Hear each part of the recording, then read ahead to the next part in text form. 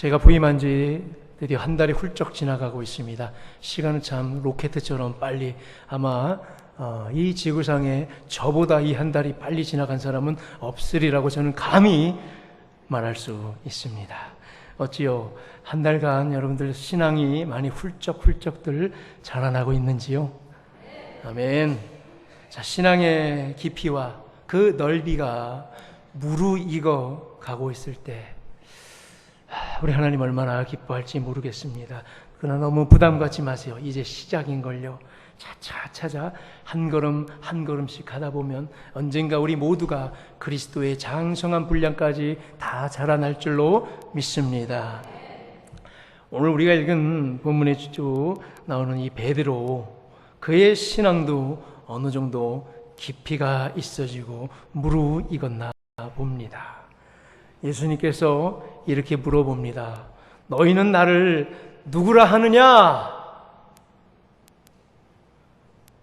마치 이 질문을 베드로가 기다렸다는 듯이 선뜻 대답을 합니다. 수 에이 호 크리스토스 호 히오스 투 테우 호 투 존토스. 뭔 소리요? 우리 헬라말로 아마 베드로가 이렇게 감격해서 말하지 않았을까? 영어로 하면 You are the Christ, the Son of the living God. 한국말로 주는 그리스도시요 살아계신 하나님의 아들이시니이다. 대단하죠? 이 홍 목사 3개국어가 그냥 막 솔솔 튀어나옵니다. 여러분, 저는 3개국어를 한 문장 안에도 3개국어를 동시에 구사할 수 있어요. 한 문장에. 예를 들어 볼까요? 핸들 이빠이 꺾어. 핸들 영어, 이빠이 일본어, 꺾어 한국어. 대단하죠? 마태복음 16장 16절에 주는 그리스도시요 살아계신 하나님의 아들입니다라는 이 고백이 얼마나 위대한 고백인지 모릅니다. 예수님을 향한 정확한 그의 정체를 밝히는 신앙 고백이기 때문입니다. 그래서 이 고백 뒤에 바로 이어서 17절, 18절, 19절에서 하나님이 이 베드로를 이렇게 칭찬을 합니다. 17절에서 복이 있도다 하면서 극찬하고 18절에서는요 이 베드로의 위대한 신앙 고백 위에 내가 앞으로 내 역사를 이루어갈 교회를 세우겠다라고 합니다. 그러면서 크게 기뻐하십니다. 19절에서는요 땅에서 무엇이든지 메고 풀면 하늘에서도 메고 풀릴 수 있는 천국 열쇠까지 주신다고 하십니다. 베드로 인생의 최고의 날이 아닐 수가 없겠지요. 그런데요, 바로 뒤에 그 뒤에 이어 23절에는요 베드로 인생의 최악의 날이 펼쳐집니다.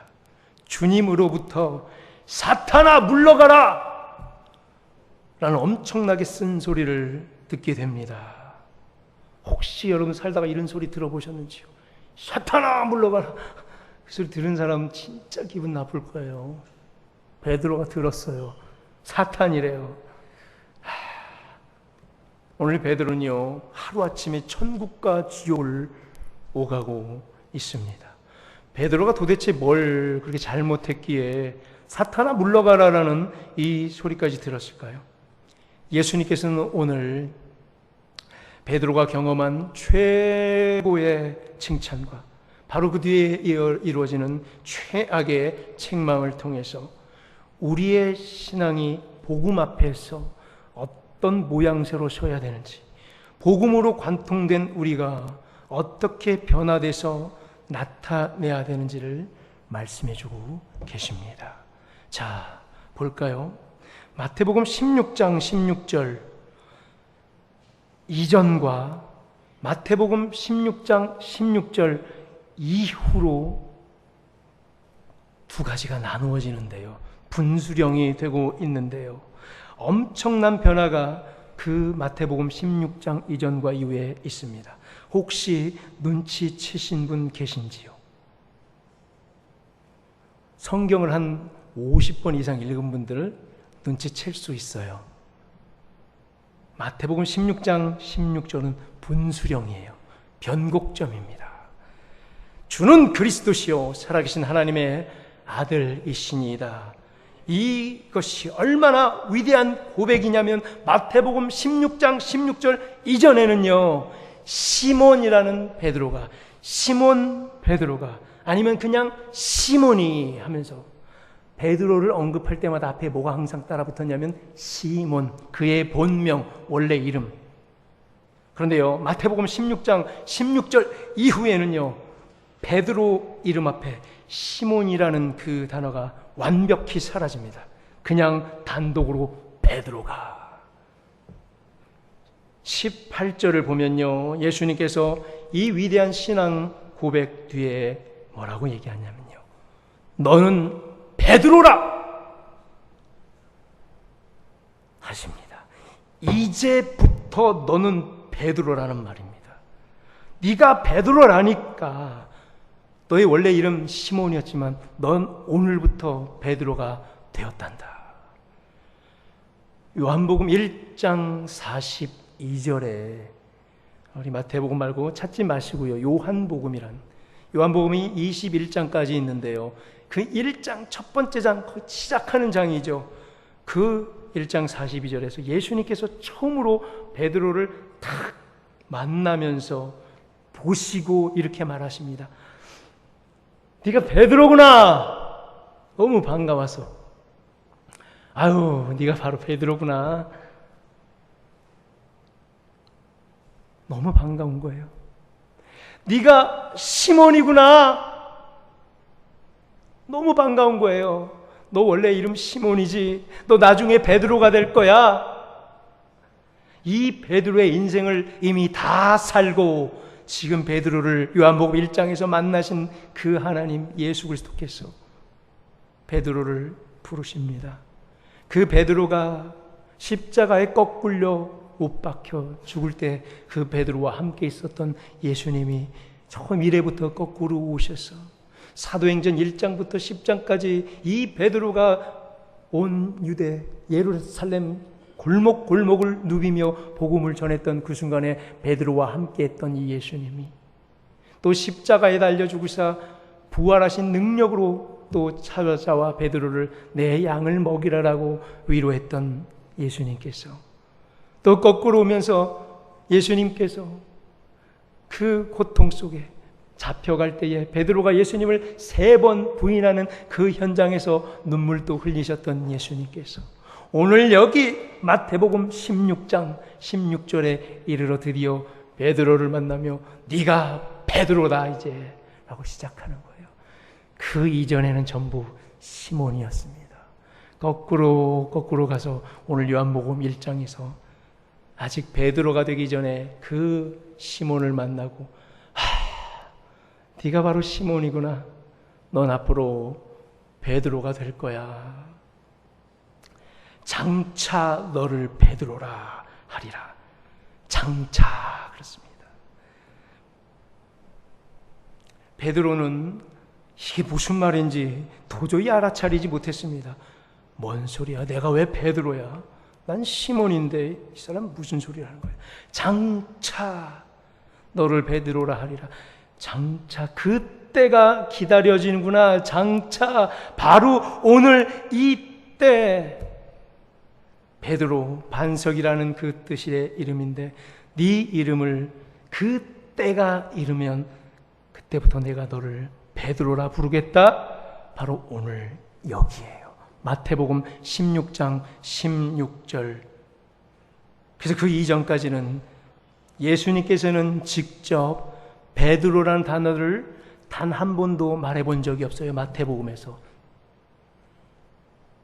마태복음의 저자인 마태가 그 베드로를 책에서 언급할 때 시몬이라 하는 베드로가, 시몬 베드로가 이렇게 언급했을 뿐이지 예수님은 한 번도 베드로라고 말해본 적이 없어요.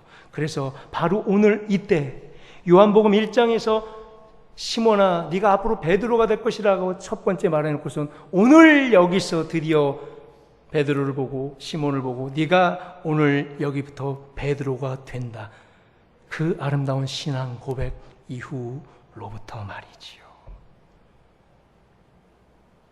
우리 이 시간에 옆 사람이랑 한번 이렇게 연습해 보겠습니다. 베드로의 이 귀한 고백을 함께 내 고백으로 받고 주는 그리스도시요 살아계신 하나님의 아들이십니다. 이 중요한 고백을 우리 서로 확인하면서 옆 사람이랑 나누겠습니다. 주는 그리스도시요 살아계신 하나님의 아들이십니다. 아멘. 신앙의 분수령 21절을 봅니다. 이때로부터라고 시작하고 있어요. 이때, 드디어 때가 찼다는 말이에요. 신앙의 수준이 어느 정도 높은 단계에 이르렀다는 말이지요. 이러한 멋진 신앙 고백을 할 정도의 수준이 이제 되었구나. 그렇게 고대했던 그 순간 시몬이 그 시몬의 딱지를 떼고 단독 베드로가 된 그 순간, 이때로부터 예수님께서는 엄청난 것을 이제 시작하려 합니다.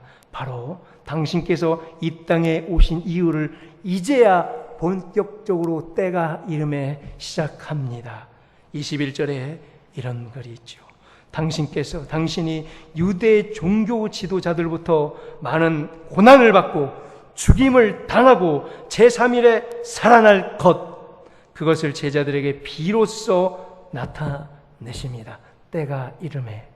뭐라고요? 예수님께서 유대 종교 지도자들에게 많은 고난을 받고 죽임을 당하고 제3일에 살아날 것, 이걸 다른 말로 뭐라고 그러죠? 이걸 복음이라고 합니다. 복음의 엑기스가 바로 이거 아니에요? 예수님께서 고난당하시고 죽임당하시고 사흘 만에 부활하시는 것. 복음을 한마디로 간추리면 이렇게 되는 거지요. 여기에 왜라는 질문을 던져보면 더 명확해지죠. 왜 고난받아요, 예수님? 나 때문에. 왜 죽임당해요? 나 때문에. 왜 3일에 살아나요? 나를 살리려고.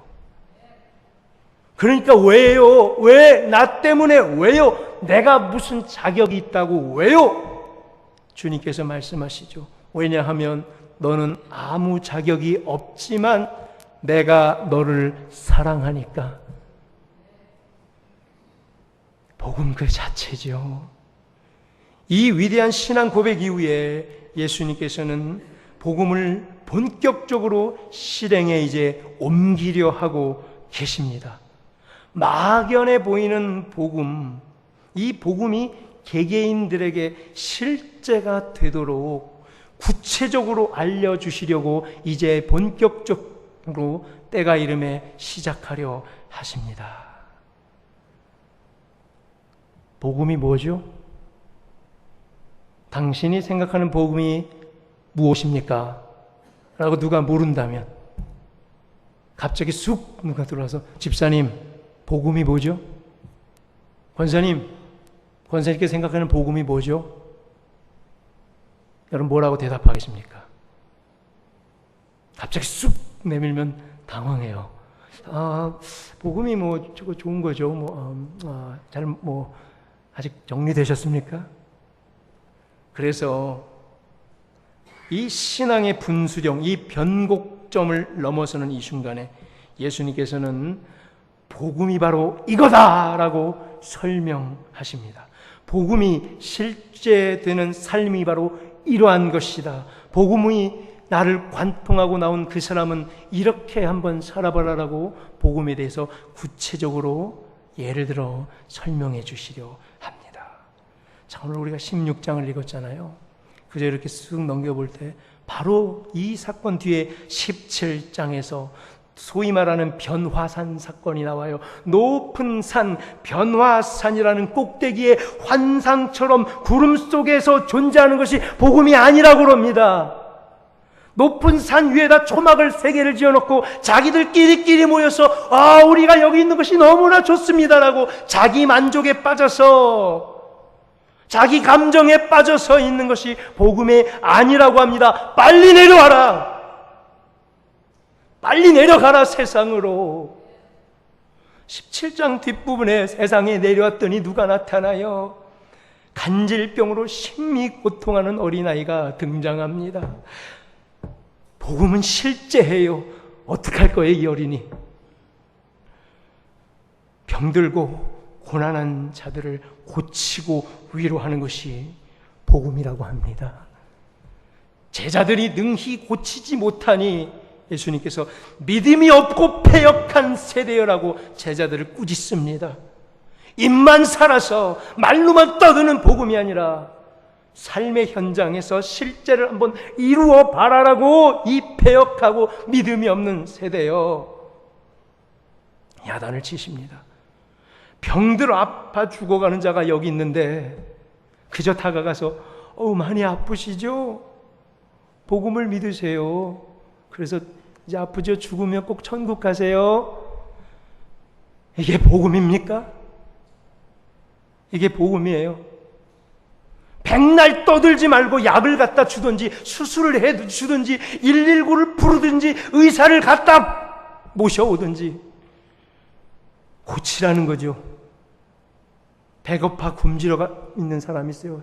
열흘 동안 못 먹고 배고파 굶주린 사람이 있다고 칩시다. 다가가서 배고프지요? 복음을 믿으세요.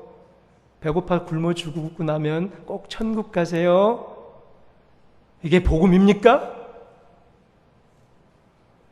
백날 말로만 떠들지 말고 빵 1개 갖다 주라는 얘기죠. 그게 복음입니다. 복음은 이상과 가치로만 존재하는 게 결코 아니라 현장과 현실에 뿌리박고 있는 게 복음이라는 거예요. 22장 마태복음 저 중간까지 넘어가면 이런 게 나와요. 가이사의 것은 가이사에게 바치라는. 기억나시죠? 그게 복음이래요. 예수님이 가이사의 것은 가이사에게. 무슨 말이에요? 예수님을 믿고 복음을 들고 살아가는 우리들 어디 공중에 떠다닙니까? 이 땅 안 밟고 살아요 우리? 아니죠. 이 땅에 뿌리박고 살죠. 역사의 현실 위에서 복음을 들고 땅에 뿌리박고 역사 한복판에 서 보라는 겁니다. 높은 역사 의식을 가지고 일부러 땅의 현실에 내가 묶여주라는 거예요. 나는 자유인이지만 굳이 그렇게 할 필요가 없지만 저 낮고 낮은 자에게 충성으로 내려가서 일부러 묶여보라는 거예요. 더럽고 냄새나고 구질구질한 세상에. 그리고 그리스도인의 책임을 한번 다해보라는 거예요. 한 번은 제가 차를 몰고 가다가 이제 유턴을 하려고 유턴 신호를 기다리고 있었습니다. 딱 유턴 신호가 왔습니다. 근데 앞차들이 질질거리다가 이제 막 꼬리를 물고 가는데 신호가 싹 꺼졌습니다. 그래도 앞차 몇 대가 신호를 물고 같이 좌회전한 유턴하는 팀에 따라 저도 잽싸게 유턴을 하면서 역시 나는 운전 최고야. 유턴을 했죠. 근데 갑자기 저기에서 모자 쓰고 지팡이 든 한 양반이 이럽니다. 어떻게 해야 되죠? 가이사의 땅인데 서야죠. 가서 섰습니다. 문을 내렸죠. 선생님, 신호 위반하셨습니다. 신분증 좀 주십시오. 그때 제 대답이 제가 부성교회 목사입니다. 경찰관이 말합니다. 선생님, 신호 위반하셨습니다. 신분증 주세요. 제가 부성교회 목사입니다. 이게 올바른 대답입니까? 경찰관의 질문에 신분증 내놓으세요라는 정답은 이거죠. 잘못했어요. 싼 거로 해주세요. 이게 정답이에요. 말이 필요 없어요. 세상법은 다 어기고 내가 하나님만을 사랑하고 나는 성령 충만해서 하나님 법만 따른다? 아니죠. 난 교회법에 따르니까 아무 때나 막 유턴해도 됩니까? 신호등 아무 때나 막 빨간불에 건너가도 됩니까? 난 복음에 무장된 크리스찬의 용사이기 때문에 슈퍼마켓 가서 물건 막 사봐 그냥 끄집어 먹어도 됩니까? 난 성령 충만한 교인이니까 교회법을 따르지 나는 세상법을 따르지 않아. 병원 가서 막 큰 소리로 찬송가 불러도 됩니까? 한 번은 우리 권사님 중 한 분이 아프셔가지고 병원에 입원했는데 토요일날 신방을 갔는데 아파가지고 주일날 못 나올 것 같아서 예배를 드려줍니다. 그래서 찬송가를 다 부르는데 나름대로 제가 센스가 있는 목사잖아요. 그래서 1절부터 4절까지 있더라고요. 다 부르면 좀 방해가 될 것 같아서 우리 1절, 2절, 4절만 부릅시다 하고 1절, 1절까지 딱 부르고 이제 4절을 부르려고 그러는데 어떤 사람이 딱 나타나서 저기요 좀 조용히 해주실래요? 여기 어제 수술해가지고 지금 잠을 한 잠도 못 잔 사람이 있거든요. 그래서 제가 뭐라 그럴게요? 사탄아 물러가! 감히 예배드린데 어디 함부로 하나님의 법을 따르는 사람들에게 이랬겠습니까? 잘못했습니다. 꼬리를 내리고 빠져나왔지요? 그래야 되는 거예요.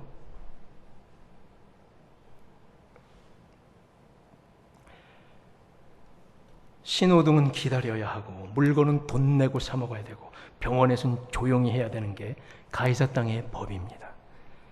세상법 다 이기고 다 어기고 하나님은 당신을 사랑합니다 라고 말하면 그게 복음입니까? 내가 발 딛고 살고 있는 세상 그 존재 방식 내가 존중하고 질서 또한 정직하게 지켜내야 하는 게 복음입니다. 복음은 결코 세상과 동떨어져 있는 것이 아니라 세상 때문에 필요한 것이 복음입니다. 세상 한복판에서 살아내는 게 우리 크리스찬들이 체화된 복음으로 보여줄 수 있는 복음의 실제의 현상입니다. 예수님께서도 성육신 하셨고 그래서 인간의 불편한 옷을 입고 이 땅에 오셨어요. 가이사의 땅에서 가이사의 방식으로 살아가시면서 그 방식에 순종해 드렸습니다. 일부러 묶여 주셨어요. 그것이 복음이죠. 마태복음 16장 21절로 다시 돌아가 보면요. 예수님께서 21절에서요. 이때로부터 즉 베드로의 신앙 고백 이후로부터 이제 마지막 목적을 이루려 하십니다. 예수께서 이 땅에 오신 마지막 목적을 이루려 하신 것 바로 복음을 온전히 성취하시려 이제 본격적으로 작정하시고 일하십니다. 바로 예수님께서 이 땅에 오신 그 이유를 이렇게 본격적으로 마무리하려고 하는데 갑자기 베드로가 22절에 툭 끼어들더니 주여 그리 마옵소서 이 일이 결코 주께 미치지 아니하나이다. 이 일이 뭐예요? 예수님께서 고난을 받을 거고 죽음을 당할 거고 제3일에 다시 살아나야 할 이 일 복음을 본격적으로 성취하셔란 이때에 이 일을 이루지 말래요. 누가? 베드로가 하나님을 방해합니다. 갑자기 이런 일이 주께 일어나지 않게 자기가 하겠다는 거예요. 그래서 사탄이 된 거죠. 즉 예수님께서 이 땅에 오신 유일한 목적, 가장 중요한 목적을 이루지 못하게 방해를 하겠다는 거예요. 그래서 사탄아 물러가라는 소리를 인생 최악의 소리를 듣게 된 거예요. 심한 꾸지람, 사탄아 물러가라 이 소리 한번 들으면 얼마나 기분 나쁜 줄 알아요? 믿지 않는 세상 사람들 사탄아 물러가라 하면 기분 되게 나빠요. 제가 아는 어떤 교회 우리 집사님 한 분 안수 집사님이에요. 신앙생활을 얼마나 잘하는지 몰라요. 그 남자 집사님 새벽 예배 뭐 수요 금야철에 우리 청년들 부장 집사하면서 뭐 정말 헌신을 많이 해요. 그런데 그 와이프 아내가 교회에 안 다녀요. 집에서 심히 박해를 해요. 저 인간은 저거 집안은 돌보지도 않고 뭐 아이들 뭐 놀아주지도 않고 맨날 그냥 호곤날 그냥 교회만 가고 뭐 돈은 교회다 다 퍼다 주고 그냥 꼴도 보기 싫다고 맨날 바가지를 긁는 거예요. 이 아내가. 그래서 하도 그냥 열받아가지고 못 참다 그냥 참다 사탄아 물러가라 해버린 거예요. 실수로. 그랬더니 어떻게 했겠어요. 와이프가 회개하면서 주여 내가 잘못했습니다. 앞으로 내가 열심히 교회에 나가겠습니다. 이랬겠습니까? 그 여인이 뭐라고 했냐면 그래? 사탄의 매운맛을 보여주마. 한 달 동안 빨래 안 해주고 밥 안 해주고 아무것도 안 해. 한 달 동안 그 안수 집사님 거의 노숙자가 됐습니다. 이 말을 함부로 사용하면 안 됩니다. 이 위대한 신앙 고백을 하긴 했지만 베드로 사람의 일을 도모했다고 하나님 예수님께서 말하면서 사탄아 물러가라고 했습니다. 사람의 일을 도모하면 그게 사탄의 공작에 말려드는 거라고 하는 거지요. 위대한 일을, 위대한 신앙 고백을 했지만 이 베드로가 하나님의 때에 이르러 이 엄청난 성령에 사로잡힌 바다 그 위대한 신앙 고백을 했지만 이 고백은 아직 인격적이고 책임 있는 고백이 아니었어요. 성령에 취해 고백은 해버렸는데 몸이 안 따라가는 거예요. 우리도 가끔 그런 적 있죠. 은혜 받고 그냥 막 기도하면서 멋지게 선포해버리고 고백해버리고 내가 주를 따르겠습니다. 헌신하겠습니다. 따라해버리고 나중에 깨어나가지고 아유 이혼에 내가 뭔 소리를 한 거야. 정신 바짝 차리죠. 그리고 후회하죠. 내가 뭔 소리를 했어. 왜? 감정에 취해서 입은 말해버렸지만 입만 살아서 그 고백을 따를 몸이 준비가 되지 않았습니다. 그 옷을 입고 나올, 그 본질을 입고 나올 옷이 아직 내게 없었던 거죠. 베드로도 마찬가지였습니다. 예수님께서는 이 땅에 온 목적을 이루기 위해서 아주 독특한 방법을 쓰셨죠. 그 복음을 이루어내기 위해서 굉장히 독특한 방법을 쓰셨어요. 바로 십자가입니다. 바로 복음이라는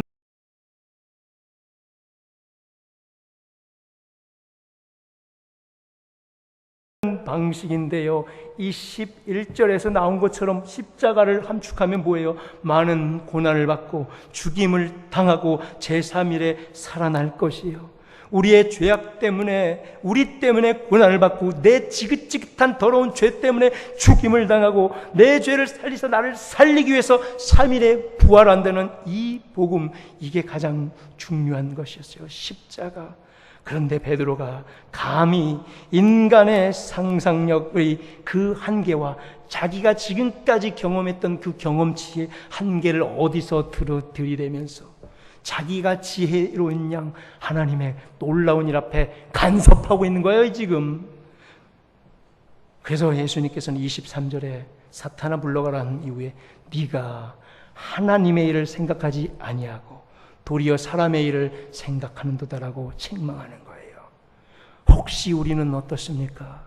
베드로인 양 잘난 체하며 나서며 내가 다 아는 양 하나님의 엄청난 일을 방해하고 있지는 않은지요. 사람의 책략과 계획을 도모하면서 하나님의 일을 하는 양. 이것은 본질이 옷을 입고 나올 베드로가 아직 준비가 안 된 것과 똑같습니다. 성령이 옷 입고 나올 내 자신이 문제예요. 교회가 문제가 아니라 기독교가 문제 아니라 성령이 문제가 아니라 그 성령님을 담지해내지 못한 이 몸뚱아리 내 몸이 문제인 거예요. 이제 말씀을 맺습니다. 많은 학생들이 청소년들, 대학생들 크게 수련회 때 주로 은혜를 받고 하나님을 만나죠. 그들의 간증을 들어보면 한결같이 수련회 때 예수님을 만났습니다 합니다. 눈물 빼고 콧물 빼고 예수님께 엎어지고 꼬꾸라지고 했던 그런 기억들 다들 있으시죠. 자, 이것이 진짜로 예수님을 발견하고 만나는 것인지 아니면 집단 최면, 옆에 친구가 오니까 그냥 나도 그냥 울었어. 옆에가 울어서 나도 허벅지 그냥 찔러가면서 아파서 울었어. 집단 최면인지 아니면 일시적인 감정과 흥분에 의한 자극인지 어떻게 합니까? 아니면 진짜 예수님 만난 건지. 복음이 내 개인이라는 이 인격에 실제화돼서 나타나고 있는 현상인지 아니면 내가 잠깐 어디서 달달달달달 외워서 3박 4일 어디 가가지고 잘 꿰어 맞춰가지고 외운 결론만을 들고 입만 살아서 달랑 서고 있는 건지 과연 어떻게 알 수 있을까요? 바로 매일매일의 일상의 삶 속에서 인격적이고 책임 있는 그 태도와 그 과정이 얼마나 지속되는가로 판가름 납니다. 이게 바로 신앙이고 이게 복음으로 체화된 우리 신앙인들, 그리스도인들이 내뿜어야 될 신앙의 자세인 거죠. 이에 예수님께서는 24절에서 확실히 단도질을 하고 계십니다. 확실히 밝혀주고 계십니다. 누구든지 나를 따라오려거든 자기를 부인하고 자기 십자가를 지고 나를 따를 것이니라. 한 번만 더 읽겠습니다. 누구든지 나를 따라오려거든 자기를 부인하고 자기 십자가를 지고 나를 따르라. 혹시 이 명령 앞에 부담감을 느끼시는 분 손 한 번만 들어주세요. 아무도 안 들겠죠, 물론. 아니면 방금 이 명령을 받고 너무나 기쁘신 분 손 한 번만 들어주세요. 아무도 안 들겠지요. 자, 자기를 부인해라. 자기 거 다 없애래요. 진짜 묻습니다. 부담스럽습니까? 기쁩니까? 자기 걸 다 없애래요. 내려놓으래요. 네 거. 예를 들면 자존심 부인하래요. 내가 일부러 다 계획해가지고 내가 멋지게 이번에 내 이름이 드러나려고 그랬는데 그거 부인하래요. 내가 이번에 딱 자랑하려고 그랬는데 그거 부인하래요. 내 명예가 좀 이번에 딱 드러나려고 했는데 그거 부인하래요. 그러면 싫죠. 그 명령 부담스럽죠. 거북하지요. 근데 거꾸로 내가 너무나 아프고 괴로워서 이 몸에 이 가시 같은 질병 때문에 속상해 죽겠는데 그거 부인시켜준대요. 기뻐요? 안 기뻐요? 기쁘죠. 내 자녀가 지금 질병과 사고로 고통받고 있는 내 자녀 보면 눈물이 날 것 같은데 그거를 부인시켜준대요. 기뻐요? 안 기뻐요? 내가 저지른 이 죄악 때문에 내가 잠을 잘 수 없는데 어긋난 인간관계 때문에 고통받고 있는데 그거를 부인시켜준대요. 기뻐요? 안 기뻐요? 한 20억, 30억 빚더미에 쌓였는데 그것을 탕감해준대요. 부인시켜준대요. 기뻐요? 안 기뻐요? 어느 측면에 서 있는가에 따라 천국과 지옥을 달려요. 이게 복음이에요. 복음, 자격이 없는 자들에게는 자기를 부인할 때 얼마나 기쁜지 몰라요. 그러나 바리새인과 의인들과 잘난 체 하는 사람들은 자기를 부인하라고 하면 싫어해요. 십자가를 지고 따르라. 부담스럽습니까? 십자가, 내가 저 일 또 해야 돼? 왜 나만 시켜? 고통의 십자가, 멍에의 십자가, 무거운 십자가, 지기 싫은 십자가, 불편한 십자가면은 거북스럽죠. 십자가를 지고 가라고 그럴 때. 그런데 만약에 그 십자가가 고난과 고통과 죽음의 십자가가 아니라 부활과 생명의 능력 주는 십자가라면 어떻게 할 겁니까? 서로 지겠다고 달겨들지 않겠습니까? 바로 오늘 예수님께서 핵심을 말합니다. 자기를 부인하고 십자가를 져라. 내가 너희들의 그 연약함과 그 불순종과 죄악과 연약함, 질병과 고통과 한숨을 다 지워주겠다. 오히려 너희가 살아날 수 있고 새로운 능력으로 설 수 있는 능력의 십자가를 너희에게 주겠다는데 두렵습니까? 기쁨으로 아멘하고 달려가야 되는 우리 모두 될 줄로 믿습니다. 복음은 바로 자기 부인입니다. 복음은 바로 십자가입니다. 복음은 바로 예수 그리스도입니다. 그리고 복음은 삶의 투철한 현장 속에서 살아내야 할 우리의 책임인 것입니다. 복음은 선포하는 것이 아니라 살아내는 것입니다. 복음은 고백하는 것이 아니라 책임지는 것입니다. 기도하겠습니다.